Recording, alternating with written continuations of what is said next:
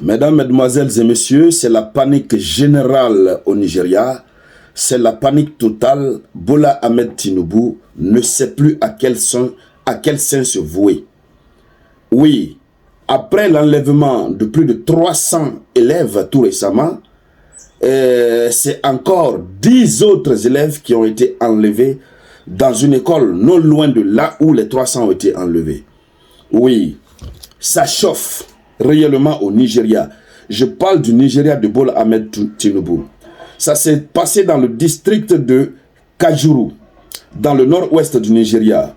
Oui, et ce qui s'est passé, c'est que ces terreaux sont passés de maison en maison pour enlever une soixantaine d'habitants. C'est-à-dire, en plus des 10 élèves, d'accord, ils ont enlevé plus d'une soixantaine d'habitants. Oui, voici ce qui se passe au Nigeria. Ils passent de maison en maison. Et puis ce sont des groupes qui détiennent, voilà. Donc, c'est très chaud. Mais malheureusement, jusque-là, tout ce qu'on peut dire sur le Nigeria, aussi grand qu'est le Nigeria en tant qu'État, aussi fort que se trouve être le Nigeria en tant que État, n'est-ce pas, à la tête de la CEDEAO, jusque-là, la déception est très grande à l'intérieur même de l'État du Nigeria, de voir que l'armée nigériane qui s'apprêtait à envoyer des contingents au Niger, que cette armée soit incapable de mettre un terme à cette insécurité notoire. Le monde est déçu au Nigeria de constater que jusque-là, la CEDEAO n'arrive pas à envoyer des militaires pour lutter efficacement contre ces groupes. Et le phénomène devient récurrent.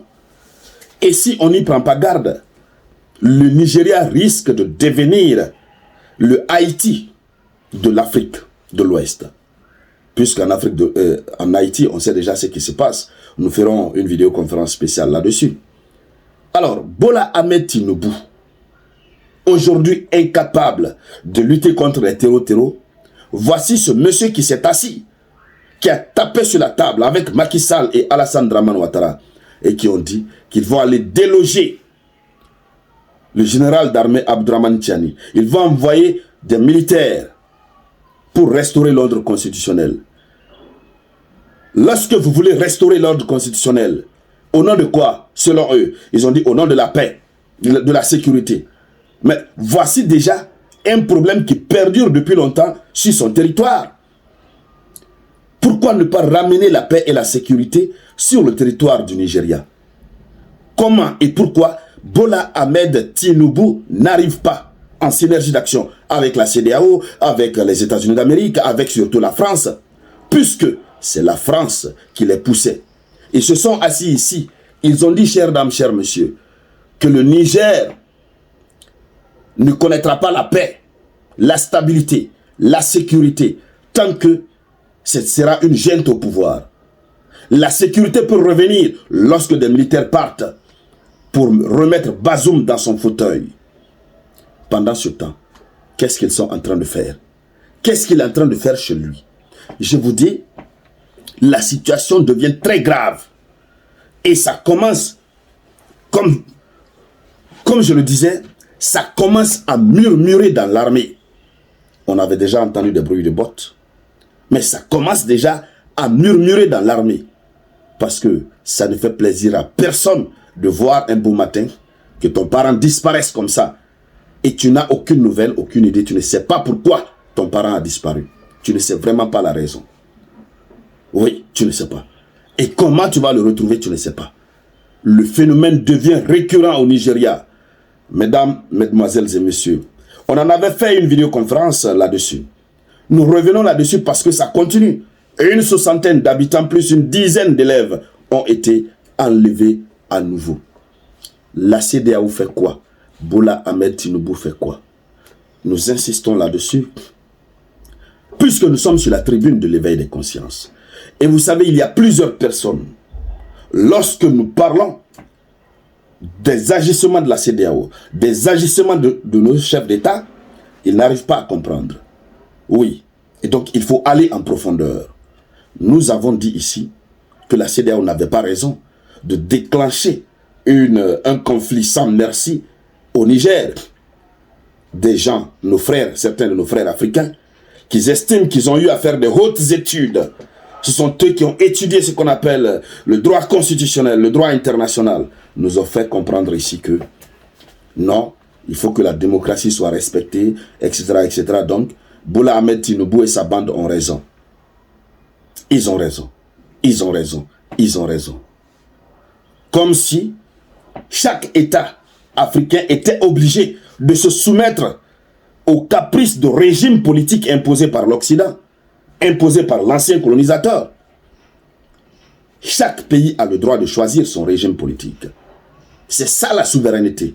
Déterminer le type de régime politique qui doit être exercé. Et cette décision émane du peuple. Lorsque le peuple est d'accord, le peuple applaudit.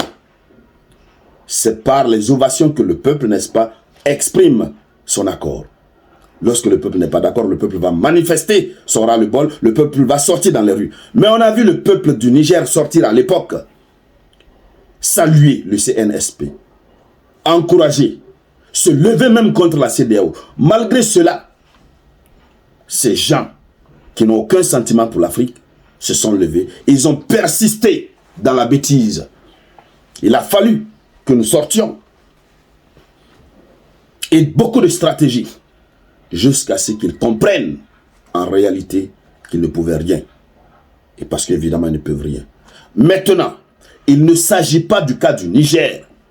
Il s'agit du territoire d'un des États, et pas n'importe quel État de la CEDEAO, en exercice. Qu'est-ce que la CEDEAO fait? Qu'est-ce que Macky Sall fait? Qu'est-ce que Alassane Dramane Ouattara est en train de faire? Pourquoi il n'envoie pas des contingents militaires? Mesdames, mesdemoiselles et messieurs, ouvrons les yeux et comprenons le vrai problème de l'Afrique. Comprenons le problème de nos chefs d'État.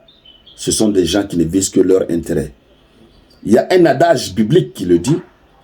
Avant d'enlever la paille qui se trouve dans l'œil de l'autre, il faut chercher à enlever cette paille qui se trouve dans tes yeux, dans ton œil. C'est de cela qu'il s'agit. À l'heure là, ça ne va pas au Nigeria. L'insécurité bat son plein. Mais vous ne voyez pas ces organismes internationaux, j'allais dire, vous ne voyez pas la France et autres s'alarmer. Vous ne les voyez pas pleurnicher par rapport à ça, comme ils l'ont fait pour le Niger, en disant non, le peuple, machin, machin, machin. Vous ne les voyez pas parler. La raison est simple. Ce sont eux qui envoient ces terreaux. Sur ces mots, mesdames, mesdemoiselles et messieurs, il ne me reste qu'à vous dire merci à toutes et à tous. Merci de partager cette vidéoconférence au maximum. Je vous reviens tout à l'heure avec de nouvelles actualités. C'était la voix de votre unique samouraï.